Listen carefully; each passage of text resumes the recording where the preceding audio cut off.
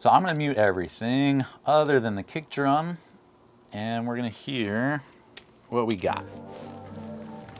So this for me is the fun part. This is where it starts to get interesting and where I think you guys will learn the most. So here we go.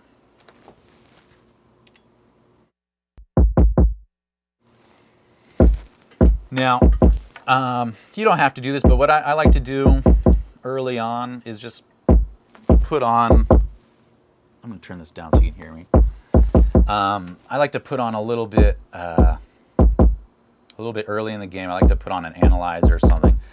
Now, this isn't the best one at all, but it definitely works. It does the trick. So you can kind of see where the majority of it's hitting in here. Not a whole lot of top end attack. It's got a little bit of sub going on, but we're gonna give it quite a bit more. Kind of want to add some tail. I kind of want to add a little dirt and grit to it. So this is probably about the time where I go ahead and pull in a couple of my own samples. And this is also, you know, a very delicate part of the mix because we are finishing the mix, right? We're not finishing the production, as Dave Pensado always likes to drill in, and I always like to remind myself. So the key is to do it respectfully. We're not going to sound replace anything, but you can't EQ in what's not there. If it's just not there, there's no way you can compress it hard enough or EQ it hard enough. So we're just going to have to pull in our own samples and then blend them in. So I'm going to go ahead and split this off. This will be my trigger track, and this will be my replace. So I'm just going to label this kick AC. This will not be the sub kick. It's going to be the trigger.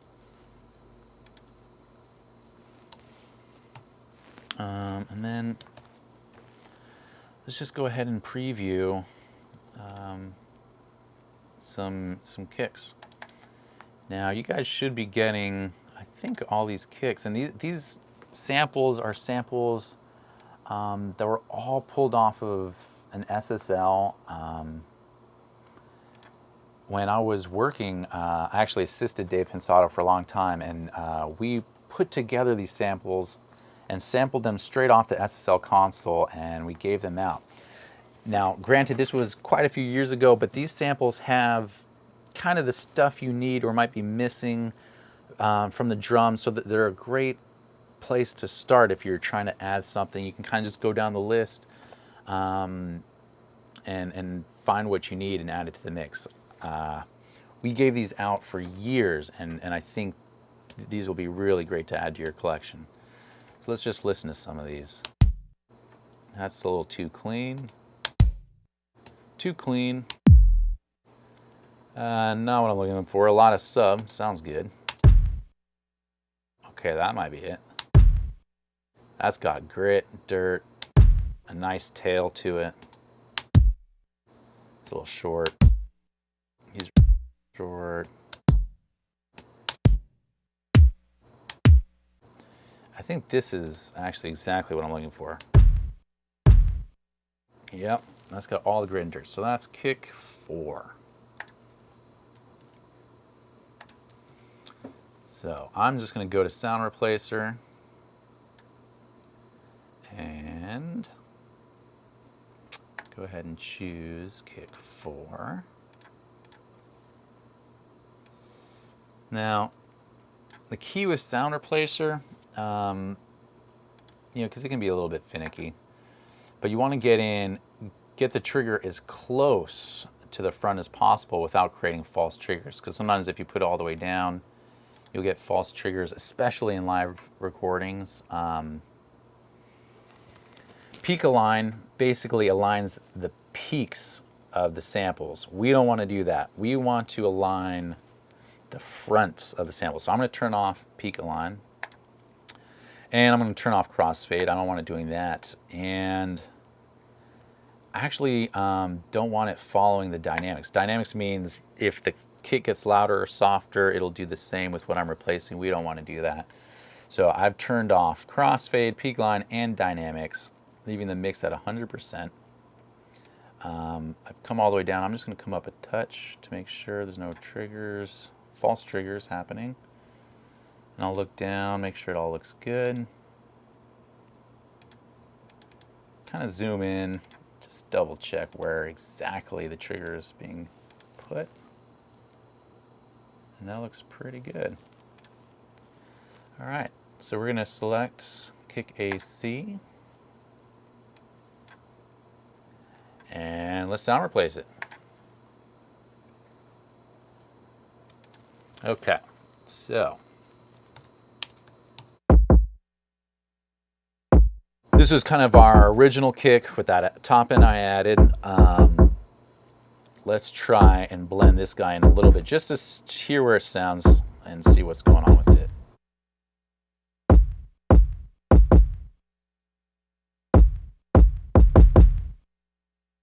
So I'm just going to be kind of exaggerate it so you guys can really hear what's going on, right? That doesn't sound bad. Now the first thing you guys are going to want to do whenever sound replacing is just double check to make sure the phase alignment is right. The way I like to do it, I like to duplicate the track. I just grab it, I invert it. There it is, invert.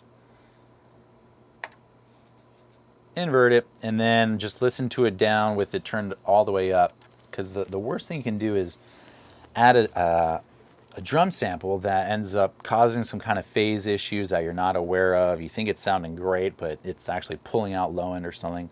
So let's listen to it down and make sure we've got the proper phase alignment. So that's one way. And now I'm going to switch it. Okay, so that sounds better, I think, originally. Again, so you can hear the difference. This is with it regular.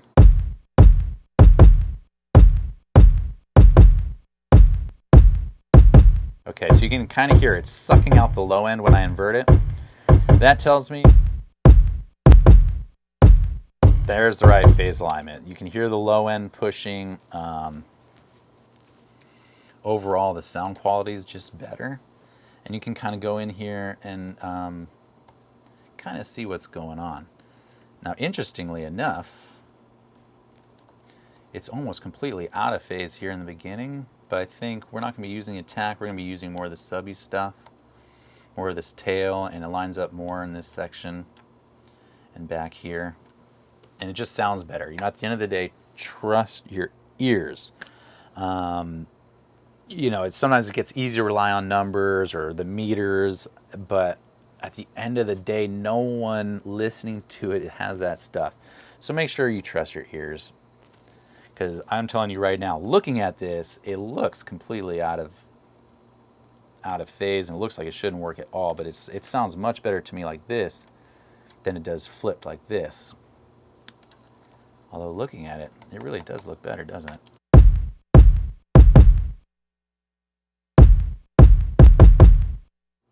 Yeah, it's that tail that I'm listening to. The low end and the tail sounds so much better. So I'm going to keep it like this. Technically, it's out of phase in the beginning, but we're not going to worry about that, are we? So let's just blend that in tastefully now.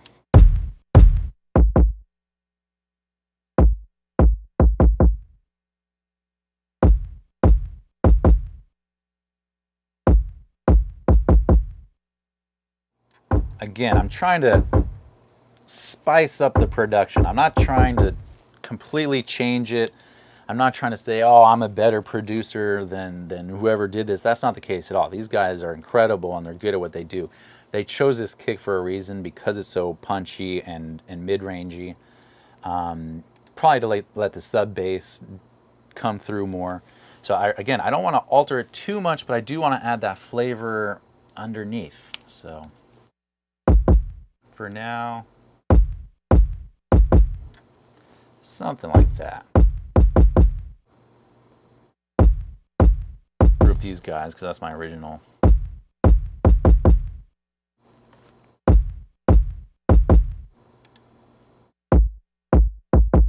Just the original, just my new one, and then everything together. I'm pretty happy with that. Now we can, at some point, maybe go in and even design this kick a little bit better because of this weird stuff at the beginning. I could actually do some transient designing and maybe just resample it and sound replace it again. But for now, I'm pretty happy with the sound. So I think we're gonna leave that as is, and if we need to tweak it later, we will. You know I'm married to the game. You see I'm married to the game. A starter, I'm on the field. Youngin' became a father.